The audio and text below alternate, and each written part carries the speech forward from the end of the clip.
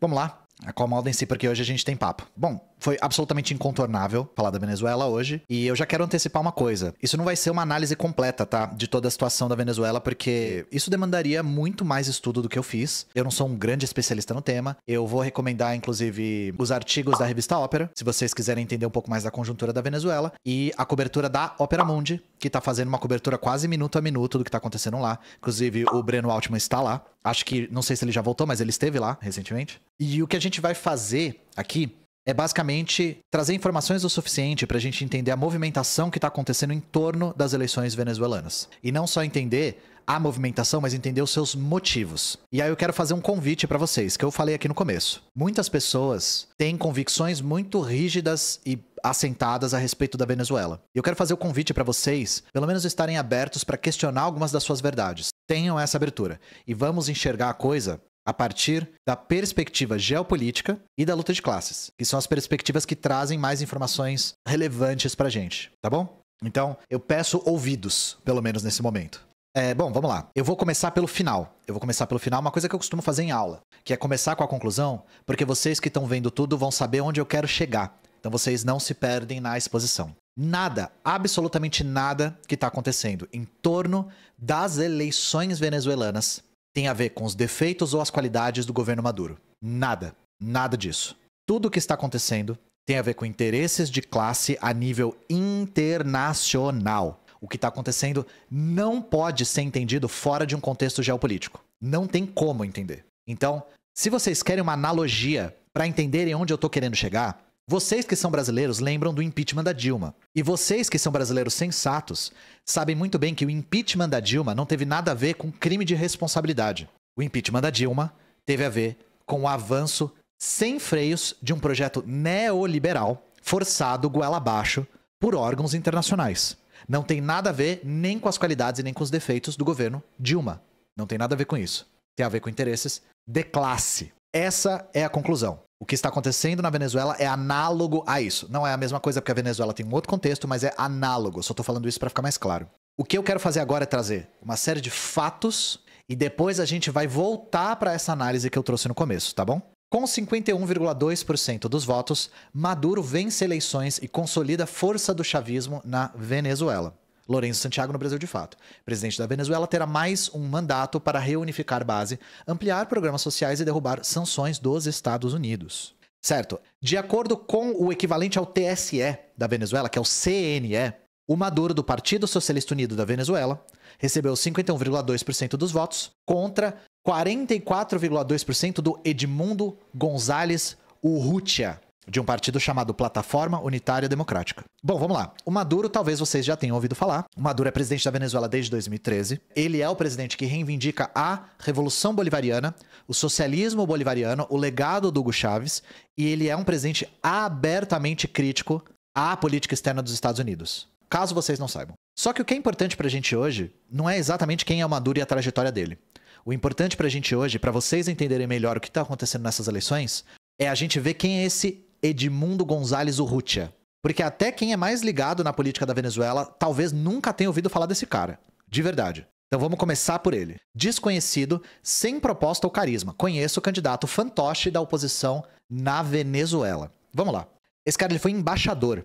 E ele foi embaixador na Argélia e na Argentina. E como a matéria diz, ele era um cara desconhecido pelo público. Desconhecido. Ele foi lançado como candidato por uma coalizão de direita, que é essa Plataforma Unitária Democrática. E a coalizão era a favorita pra conseguir vencer o Maduro. Era a única que tinha alguma chance, na real. Mas aí eu pergunto pra vocês. Se essa coalizão era a que tinha mais força, por que eles lançaram um Zé Ninguém? Por que eles lançaram um cara que ninguém conhecia? Não tinha mais ninguém pra lançar? Então, tinha.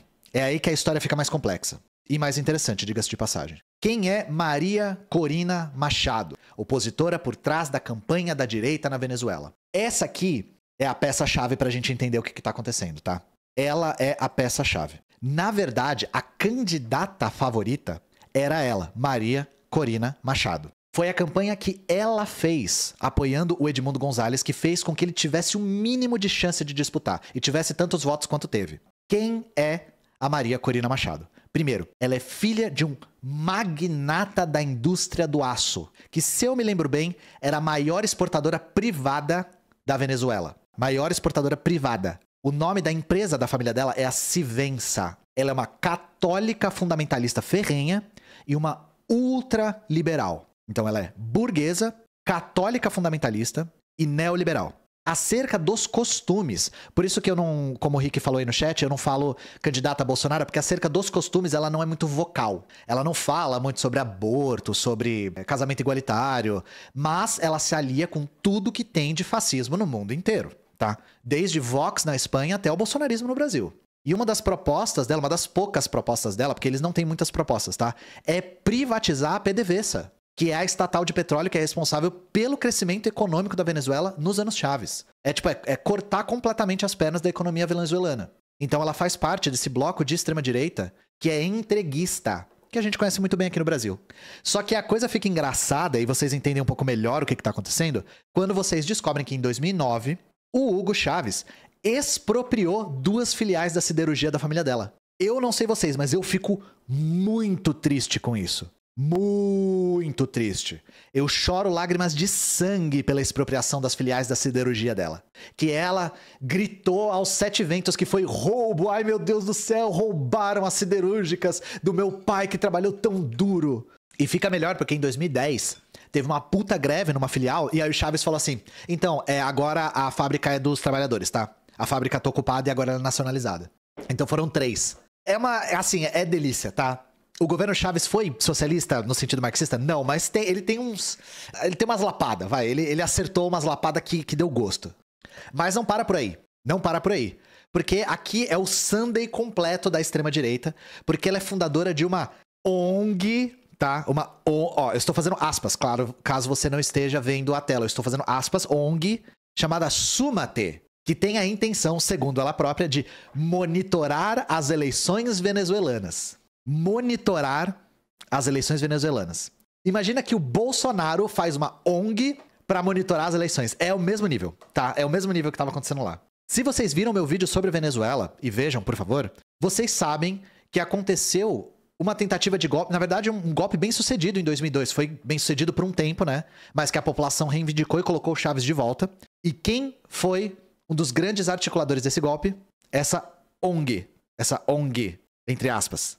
E também, se vocês viram meu vídeo, vocês sabem que em 2004 teve uma coisa que eu acho que só tem na Venezuela, que é o referendo revogatório. Que é, as pessoas são chamadas para participar de um referendo para decidir a permanência ou não do presidente da República. E era, no caso, para revogar o mandato do Chaves, né? Quem promoveu esse referendo, de novo, foi essa, entre aspas, ONG, chamada Súmate. E aí, logo depois que o Chaves é aprovado pela população, com acho que 60%, essa ONG, entre aspas, foi acusada de conspiração. Por quê? Porque ela recebeu doações muito vultosas da National Endowment for Democracy, o NED, que eu falo sobre isso no meu vídeo sobre think tanks, tá? O NED é uma estatal dos Estados Unidos que financia, vamos falar a verdade, golpes de Estado ao redor do mundo, tá? Então, essa organização, que era para fiscalizar as eleições, participou de tentativa de golpe, tentou derrubar o Chaves de tudo que é jeito e tinha financiamento do Departamento de Estado dos Estados Unidos, tá? Beleza? Bom, logo depois que isso aconteceu, essa daí foi fazer o quê? Ela foi para os Estados Unidos encontrar o Bush, lógico, né? Como a grande patriota que ela era, ela foi encontrar o Bush. Se eu não me engano, nessa época, nem o ministro das Relações Exteriores estava conseguindo reunião com o Bush nessa época. Mas ela conseguiu. E aí, o que acontece, né? Como desgraça pouco é bobagem, em 2010 ela é eleita deputada. E logo que ela é eleita deputada, como essas figuras costumam ser, ela começou a tentar se alçar como presidente da República. Só que, em 2014, ela teve o mandato cassado. O mandato dela foi cassado. Porque ela aceitou um cargo de embaixadora do Panamá na OEA, na Organização dos Estados Americanos. Só que a Constituição venezuelana proíbe funcionário público de aceitar cargo de governo estrangeiro. O que tá certo, tá, gente? Funcionário público aceitando cargo de governo estrangeiro é lesa pátria. E caso vocês achem que isso aqui é um exagero, o governo panamenho, que é uma baita de uma linha auxiliar dos Estados Unidos, falou que deu o cargo para ela, para, entre aspas, denunciar a violência do governo Maduro. Era claramente uma articulação internacional para derrubar o governo. Claramente, tá? E se vocês, de novo, vou falar de novo, se vocês viram meu vídeo sobre a Venezuela, vocês vão ver que 2014 foi um ano chave para o governo Maduro. 2014 foi o ano mais difícil, talvez, que o governo já teve. Em 2015, começam as sanções que os Estados Unidos impuseram na Venezuela quando o Obama declara a Venezuela um grande risco para a política internacional e para a segurança nacional dos Estados Unidos. E aí essas sanções estrangulam a economia venezuelana de um jeito que acarretou no que vocês veem na mídia, que é carestia, escassez, pessoas imigrando em massa. Isso aconteceu por conta dessas sanções de 2015. E ela apoiou as sanções e disse que sancionou pouco. Ela queria que o país fosse sancionado mais. E aí vocês imaginam o nível de psicopatia de uma mulher que quer que a própria população sofra. Porque, gente, vocês não fazem ideia do que é uma sanção, do que é um bloqueio desse nível. O Brasil surta com greve de caminhão. O Brasil surta ficando 1 hora sem energia elétrica. Vocês não estão ligados o que é um bloqueio, cara. Isso aqui, assim, eu não consigo me lembrar muito bem do número, mas estima-se que só o bloqueio causou em excesso 60 mil mortes na Venezuela. Aí, eu não vou falar a trajetória toda dela, porque a trajetória toda dela é nesse nível, tá? Só tô dando um panorama. Na época do autoproclamado presidente Juan Guaidó, que é um cara que basicamente encheu o cu de dinheiro e foi morar no exterior agora, né? Ela começou a falar abertamente em intervenção militar estrangeira no próprio território. Então teve tudo, gente. Nesse Sunday da direita teve tudo. Teve ela apoiando sanção, teve ela aderindo a órgão internacional, teve ela recebendo dinheiro dos Estados Unidos, teve ela pedindo intervenção militar estrangeira, tipo, Estados Unidos invada meu país, por favor. Mas se ela era a favorita, por que ela não se lançou? Porque ela não pode. Vou mostrar pra vocês. Ah, e eu quero dizer uma coisa, tá? E isso vai ser a primeira vez que eu vou falar isso muitas vezes. A terrível e sanguinária ditadura do Maduro nunca prendeu essa mulher. Essa mulher tá solta, tá? Ela nunca foi presa. Justiça da Venezuela confirma inabilitação da oposicionista Maria Corina para as eleições. Eu quero dizer que eu escrevi Maria Corna aqui no meu roteiro sem querer e eu vou deixar desse jeito. Então, tipo, o TSJ lá da Venezuela decretou a inelegibilidade dela por 15 anos. Por que isso? Por inconsistência e ocultação de ativo na declaração de bens na época que ela era deputada. E essa foi a razão pela qual eles tiveram que lançar o poste. Deixa eu colocar de volta aqui na tela. Lançar o poste aqui, que é o Edmundo Gonzalez Urrutia. O poste que tá... Cara, eu acho que eu fico mal de boné às vezes, mas assim, puta merda, né? Parece que ele tá com o boné do Molotovinho. Eu não consigo imitar o Mickey, mas peraí, você tá me dizendo que é ilegal cometer crimes, né? Por que eles escolheram esse cara? Eu não consegui encontrar muita informação do porquê, mas ele era muito ligado à política externa dos Estados Unidos quando ele era embaixador. Então, ideologicamente, ele tá do lado que eles querem. Só que ele é um cara... realmente que não tem muito carisma. Ele não responde muito bem às entrevistas, ele não fala muita coisa, ele não tem propostas. As propostas deles eram meio tipo, mudar tudo o que está aí. Porque tudo deles é baseado no acabar com a ditadura do Maduro. Saúde, educação, infraestrutura, foda-se, é acabar com tudo que tá aí. A gente tem que mudar o que tá aí. E aí, pra dar um resumo, gente, vocês entenderam o panorama já. Isso aqui representa os interesses da classe dominante da Venezuela, que querem que o país seja recolonizado. Que querem que o país seja recolonizado para preservar seus privilégios. É simples assim. Isso aqui é quase ela querendo se tornar presidente em causa própria, porque ela é da alta burguesia. Ela teve fábricas expropriadas pelo governo. E aí, analisar toda a situação das eleições da Venezuela, sem levar isso aqui em consideração, é ingenuidade. É ingenuidade. E eu vou falar de novo. A terrível e sanguinária ditadura do Maduro permite que uma oposição nesse nível de golpismo exista. Nível de golpismo e entreguismo aberto, de política lesa-pátria aberta, há 20 anos tentando golpe, tá aí, disputando. Do jeito que deu, mas tá disputando. Isso sem falar que a direita tem um puta de um espaço na mídia na Venezuela, tá? A maior parte dos canais são privados e tem canal nível Jovem Pan que fica 24 horas por dia falando mal do governo Maduro. Então é muito esquisito. Essa ditadura é muito estranha. Muito estranha. É uma ditadura muito louca na sessão da tarde. Vamos passar aqui pro segundo ponto, tá? Que é o ponto que eu tenho certeza que vocês estão aqui pra ver. Foi fraude ou não foi fraude as eleições? Vamos falar dessa merda. Eu vou afirmar uma coisa aqui logo de começo, sem medo nenhum de errar. Pra coalizão de extrema-direita, não importa nem um pouco se foi ou não fraude. Não importa nem um pouco se foi fraude. Eles iam dizer que era fraude, não importa o que acontecesse. Não importa como fossem as eleições, não importa o que o Maduro fizesse, não importa o que ele falasse, eles já estavam preparados pra dizer que é fraude. Mostro pra vocês. Nós tínhamos 10 presidenciáveis. 10 candidatos. Antes das eleições, 8 candidatos assinaram um documento se comprometendo a reconhecer os resultados apresentados pelo CNE. Os resultados oficiais. 2 não assinaram. Um cara muito pequenininho lá, que nem vale a pena falar, e adivinha quem? Edmundo Gonzalez. Então eles já disseram antes, não vamos aceitar o resultado. Não vamos aceitar o resultado. Ponto final. Nem tinha acontecido eleição ainda. Venezuela, campanha governista denuncia plano da oposição de não reconhecer resultados oficiais. Plataforma unitária de extrema-direita anunciou que só irá respeitar contagem própria e não a do Conselho Nacional Eleitoral, órgão que organiza as eleições. Repito, o que aconteceu nas eleições da Venezuela? A gente pode começar do ponto de partida de que para a extrema-direita não interessa. Não interessa. Se foi ou não para eles, foda-se. Eles iam falar que era, não importasse o que acontecesse. Beleza? Só que quando eles colocaram o poste pra concorrer, eles já sabiam que eles iam perder. Já sabiam. Saiu a Maria Corna, né? Como eu escrevi aqui sem querer. Entrou o poste. Eles falaram, perdemos. E aí eles começaram a articular como que eles iam fazer essa denúncia de fraude. Tá? De um jeito mais elaborado. Então, vamos falar das eleições em si. Quando as eleições acontecem, a primeira coisa que acontece de estranho é isso aqui. Se vocês estavam acompanhando na hora, vocês viram. MP da Venezuela investiga ataque hacker ao sistema eleitoral. Fiscal-geral diz que os opositores contrataram pessoas para manipular os resultados e cita eleições primárias de 2023. Então, teve um ataque hacker vindo da Macedônia do Norte, que eles não conseguiram identificar muito quem é, mas o governo já está culpando a colisão da oposição. O que o governo disse é, isso aqui foi desarmado, não teve efeito, mas atrasou a contagem dos votos. Então essa foi a primeira coisa estranha que aconteceu. Segunda coisa, a gente precisa explicar como é que é o sistema eleitoral lá, e é muito curioso isso. O sistema eleitoral venezuelano é muito interessante, porque a pessoa vota numa urna eletrônica, a urna eletrônica imprime uma cédula física, a pessoa checa se a cédula tá igual à urna e deposita numa urna física. O que eles fazem? Depois eles auditam, eles batem 54% dos resultados das urnas e físicas para ver se tá igual. Se tiver igual, aí eles liberam o resultado. Então o que é engraçado dessa história toda é que eles não podem falar foi fraude porque o voto não é impresso. Ninguém no mundo faz voto eletrônico. Então eles tem voto impresso lá. Eles usam esse sistema desde 2004.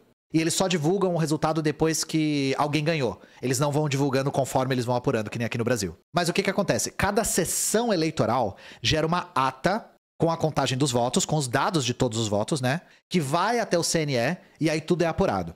O que tá no centro da questão dessa vez, e isso aqui eu quero que vocês entendam, tá? O que tá no centro da questão dessa vez é que as atas oficiais do governo não foram divulgadas ainda. Só que aí a oposição não perdeu tempo. E eles fizeram justamente o que eles tinham falado que iam fazer. Oposição da Venezuela diz que González obteve 67% dos votos. O governo não divulgou as atas. A oposição falou que conseguiu acesso às atas, uma coisa assim. Aí isso eu vou ser sincero com vocês. Eu não consegui achar nenhuma informação sobre isso aqui. Eles basicamente fizeram um site. O site é engraçado pra caramba. Deixa eu ver se tem aqui. Deixa eu ver se o site tá aqui. É isso aqui? Aqui, ó. Eu acho esse site aqui é muito engraçado. Que eles basicamente fizeram um site com 2 barras e falaram assim, Edmundo won by a lot. Só que como que eles conseguiram, qual que é o método, como que eles conseguiram as atas? Foda-se, eu não achei, e eu tentei achar essa informação, eu queria que eles dessem a informação. Mas os caras meteram o JPEG no Photoshop aqui do Edmundo won by a lot e foda-se, tá ligado?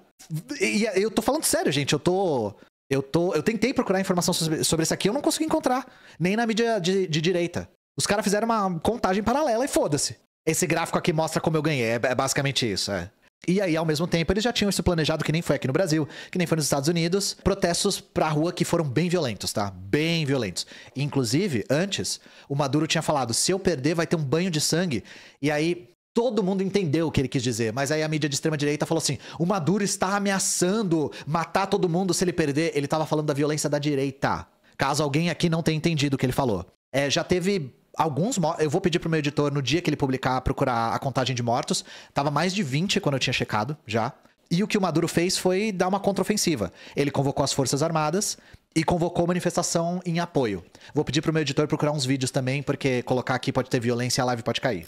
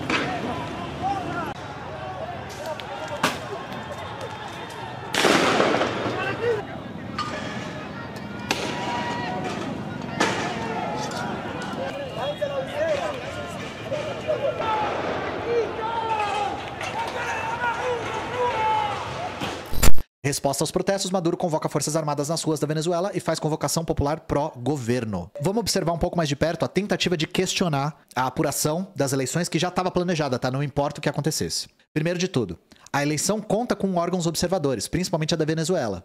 Deixa eu colocar aqui pra vocês. Veja quem são os observadores da eleição presidencial na Venezuela. Quais são os observadores? ONU, Centro Carter dos Estados Unidos, a gente vai voltar a falar dele. Observatório Parlamentar Eleitoral para Integração Regional, Conselho de Peritos Eleitorais da América Latina e são esses. Então nós temos esses observadores que contabilizam 900 pessoas, observadores que disseram que não houve nada de errado com as eleições, estão sendo hostilizados na rua pelos manifestantes de extrema-direita, e o único que se posicionou desfavorável ao governo é justamente o Centro Carter. Vou mostrar. O que é engraçado, porque no passado, o Centro Carter disse que as eleições da Venezuela eram as mais seguras do mundo inteiro, por conta do sistema de votação digital e impressa. Mas agora parece que eles mudaram de ideia. Eu peguei aqui a fonte direta do Carter Center, aqui ó. E é Carter do Jimmy Carter mesmo. Eu vou fazer um resumo das acusações que eles fazem aqui, pra vocês entenderem do que eles estão sendo acusados de fazer pra eleição não ter sido democrática. Não divulgação das atas, como eu falei, que é o que eles estão usando como argumento central, né? Outras coisas que eles falaram. O registro eleitoral o prazo foi muito curto. Não deu pra todo mundo fazer. Pouca informação pública. Isso aqui tá genérico. Excesso, isso aqui vocês devem ter ouvido. Excesso de burocracia para eleitores localizados fora do país. Impossibilidade de registro de candidato da oposição, que é um dos exemplos que a gente viu com o caso da Maria Corna. E uma que eu não consegui entender o argumento. Pouca cobertura na mídia. Gente, se pouca cobertura na mídia da oposição fosse definir uma campanha como... um processo eleitoral como não democrático... Existe eleição, entre aspas, democrática pro Centro Carter em algum lugar no mundo? Então, vamos à questão das atas, né? Vou ser sincero com vocês. Não tô entendendo. Não entendo. Vou colocar uma matéria aqui. Não sei o que tá acontecendo. Maduro diz que... Isso aqui foi agora, tá? Maduro diz que vai divulgar todas as atas eleitorais que estão com o seu partido. Por que eles não estão fazendo? Não sei. Não sei. Nós temos aqui, ó... O analista político William Serafino diz que a medida indica que Maduro está adotando a tática de judicializar a disputa, tal como foi sugerido no dia anterior por Lula. O apelo de Nicolás Maduro à proteção do TSJ está orientado para uma canalização constitucional do conflito pós-eleitoral, apoiada política e diplomaticamente por Lula.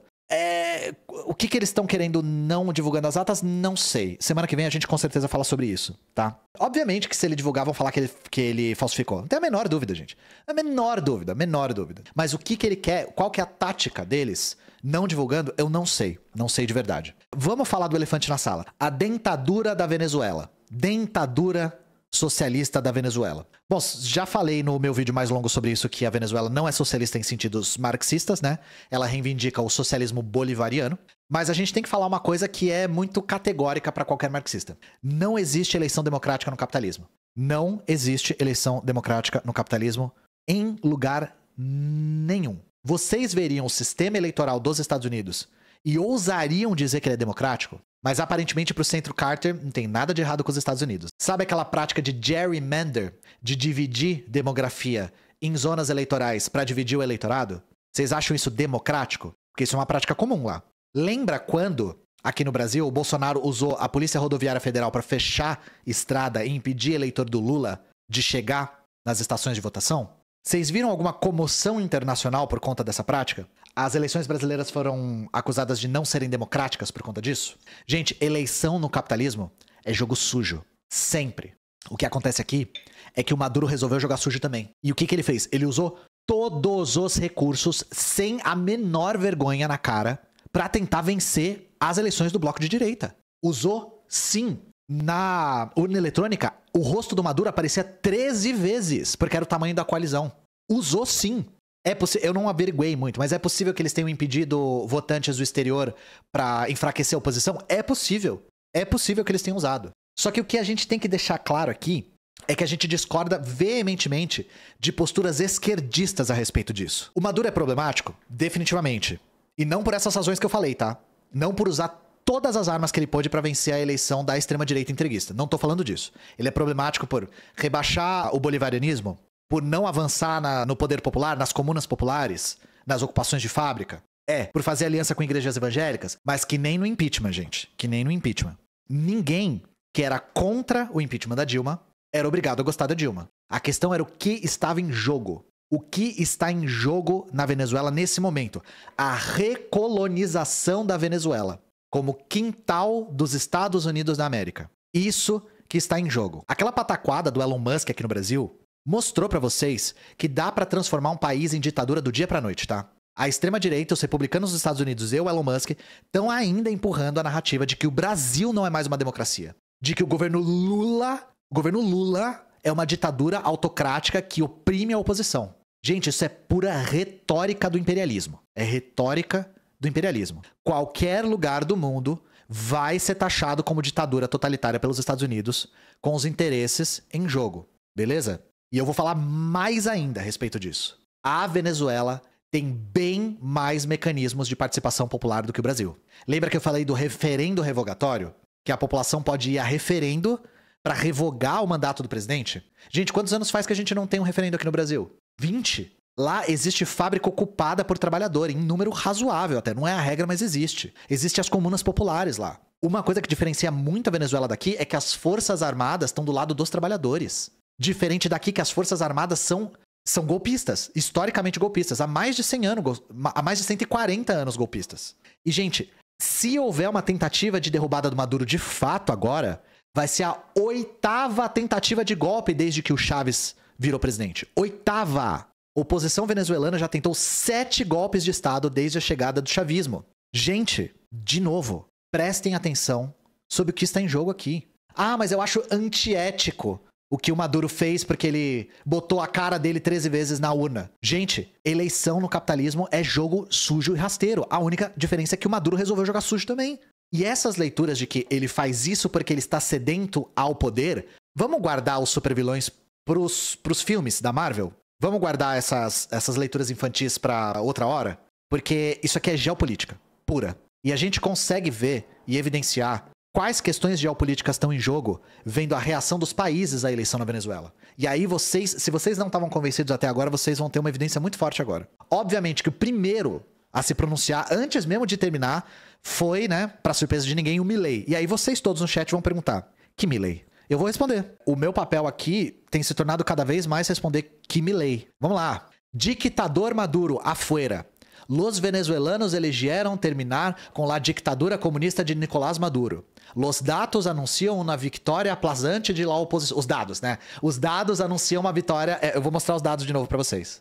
Ó os dados. Esse gráfico aqui prova que eu ganhei. Como que vocês fizeram esse gráfico? Ganhando. Esses são os dados. E o mundo aguarda que reconheça a derrota logo de anos do socialismo, miséria, decadência e morte. Porque o governo Javier Milei não está sendo um governo marcado por miséria, decadência e morte. É um governo que tá show, é um governo que tá top, é um governo que tá supimpa. A Argentina não vai reconhecer outra fraude e espera que as Forças Armadas desta vez defendam a democracia e a vontade popular.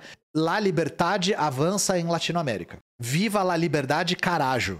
Até a merda do Macri saiu do buraco que ele tava pra falar que a Venezuela tem que convocar as Forças Armadas pra intervir, etc. Sabe? Foda-se o Macri. Infelizmente, pro Milei e pro Macri, as Forças Armadas da Venezuela não são golpistas. Estados Unidos. O secretário de Estado dos Estados Unidos, Anthony Blinken, disse que estava muito preocupado com as eleições. Mas ele teve uma posição um pouco mais branda. De falar, não, quando saírem as atas a gente vai ver, mas eu tô muito preocupado que parece que não foi limpo. A OEA foi bem mais categórica, como ela costuma ser. A OEA diz não reconhecer o resultado das eleições na Venezuela, que é a Organização dos Estados Americanos, caso vocês não saibam. Só que a coisa fica mais interessante na América Latina, olha só. Venezuela retira pessoal diplomático de 7 países latino-americanos. O Ministério das Relações Exteriores do país bolivariano anunciou que fechará suas missões na Argentina, Chile, Costa Rica, Panamá, Peru, República Dominicana e Uruguai, que são os países que não reconheceram. E aí eu vou repetir pra vocês. Vou repetir. Costa Rica, Panamá, Peru, República Dominicana, Argentina e Uruguai. O único que me pegou um pouquinho de surpresa foi o Chile, mas esperar algo do Boric é esperar demais a essa altura. O que esses países têm em comum? Vocês estão vendo algum padrão aqui? O que tem em comum, por exemplo, entre os governos os mais conhecidos, né? Do Peru, Uruguai e Argentina? E Panamá, o que tem em comum? É uma coincidência? Todos eles analisaram friamente quais foram os dados aí para chegar nessa conclusão? Agora vamos para os que reconheceram, que é mais interessante ainda. China, Rússia, Cuba e Irã e mais líderes mundiais parabenizam reeleição de Maduro na Venezuela. Quais países parabenizaram e reconheceram? Além da China, Rússia, Cuba e Irã, Bolívia, Honduras, Nicarágua, Espanha, Belarus, Catar e Síria. Esses são os que eu levantei por enquanto. Vou repetir. que tem em comum entre China, Rússia, Cuba e Irã? E Bolívia, Honduras, Nicarágua, Espanha, Belarus, Catar e Síria.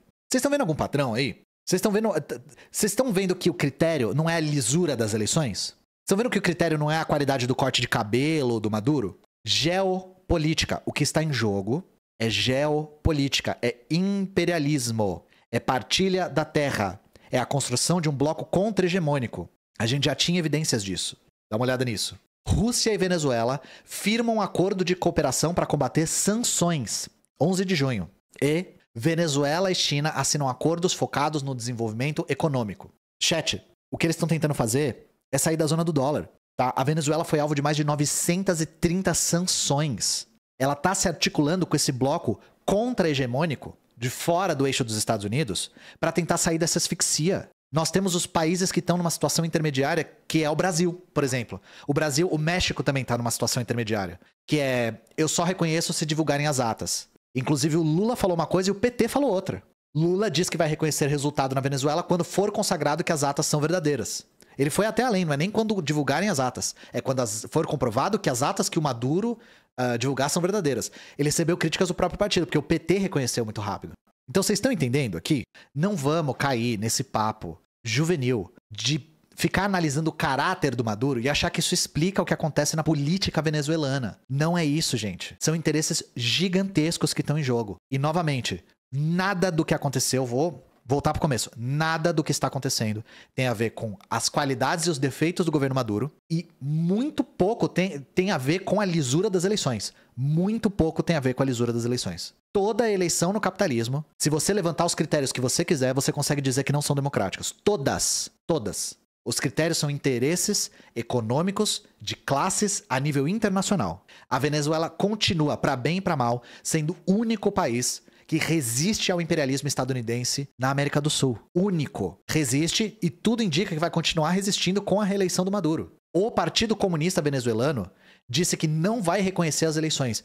Isso tem nome: esquerdismo. Esquerdismo. Porque, de novo, o que está em jogo?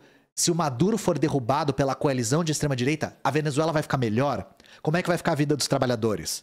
Ela vai ficar mais democrática? A qualidade de vida dos trabalhadores vai melhorar? A participação popular vai melhorar? As políticas públicas vão avançar? Lógico que não. Pra que fazer coro com isso? Não precisa gostar do Maduro, é realpolitik a questão aqui. Esse esquerdismo a gente deixa pra eles, tá? Pra eles. Da mesma maneira que certos partidos trotskistas apoiaram o impeachment da Dilma. O impeachment da Dilma veio pra quê? Pra avançar a qualidade de vida da classe trabalhadora? Claro que não. Se o governo Maduro for derrubado, isso não acabaria com o bloqueio? Depende de quem entrar no poder, mas provavelmente sim. Só que aí a questão é, e daí? Um dos projetos dessa plataforma de direita é privatizar a PDVSA, que é a estatal de petróleo que é responsável pela maior ascensão econômica que a Venezuela teve na história. E aí? E se você quiser ver como é que era a Venezuela antes disso, assiste o meu vídeo lá no canal. A Bolívia vai ser alvo no futuro? Irmão, a Bolívia sofreu uma tentativa de golpe mês passado. Se derrubar o Maduro, eles vão ter mais marca de maionese pra escolher. Realmente, a minha qualidade de vida é pautada por isso. Esquerdismo é uma conduta de, a gente pode dizer, uma conduta de militantes da área da esquerda radical, né, do campo da esquerda radical, que pode ser resumida com deixar de tocar as tarefas do presente para tocar as tarefas do futuro. Então, a tarefa do presente para Venezuela agora é resistir ao imperialismo. A tarefa do futuro, para o campo revolucionário, é uma Venezuela socialista marxista, que avance em direção ao comunismo, que socialize os meios de produção. Só que uma coisa não cancela a outra.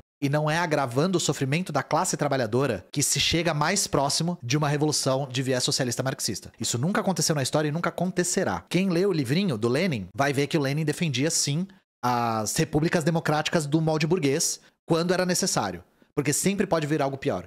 Uma autocracia faz com que os próprios marxistas tenham muita dificuldade de se organizar. Então, quando necessário, quando for tarefa do presente, é tarefa sim dos marxistas defender a democracia burguesa. No lugar de instaurar o fascismo ou uma ditadura militar ou coisa que o valha, tá? Ou uma aristocracia ou um retorno ao feudalismo e esse tipo de coisa. Com a dificuldade da Venezuela e do Maduro de avançar na ditadura do proletariado, eles nunca tiveram nenhum projeto de ditadura do proletariado. Nem o Chaves, nem o Maduro.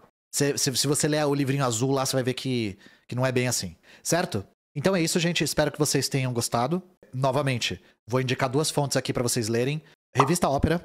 Os artigos antigos sobre a Venezuela são todos muito bons. Meu vídeo sobre a Venezuela foi muito baseado neles e teve uma ajuda bastante fundamental do Pedro Marim. E se vocês querem acompanhar momento a momento o que está acontecendo na Venezuela agora, porque vai ter mais coisa, leiam o Opera Mundi. que o Breno Altman está na Venezuela e está acompanhando tudo de perto e fazendo transmissões com uma internet horrorosa.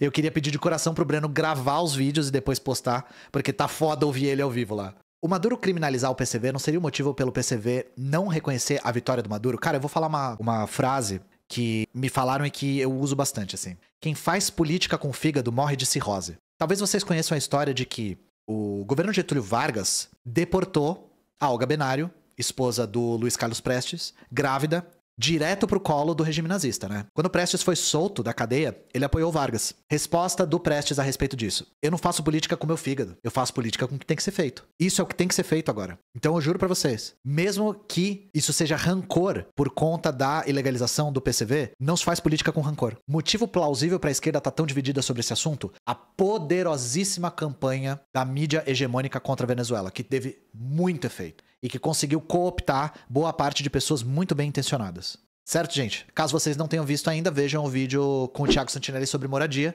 Há muito tempo atrás eu tinha feito um vídeo sobre moradia na União Soviética, que eu nunca publiquei porque ele tem erros de historiografia. Eu identifiquei esses erros depois de fazer a live e não o publiquei. Então, se vocês se depararem com essa live por aí, essa recente com o Thiago tá mais apurada, ela tá um pouco mais precisa e o vídeo tá bastante interessante. Nós teremos um próximo vídeo com o Thiago aí que tem muito a ver com o tema de hoje, inclusive. Certo? Então, um beijo no coração de vocês, fiquem bem e a gente nos vermos na octofeira.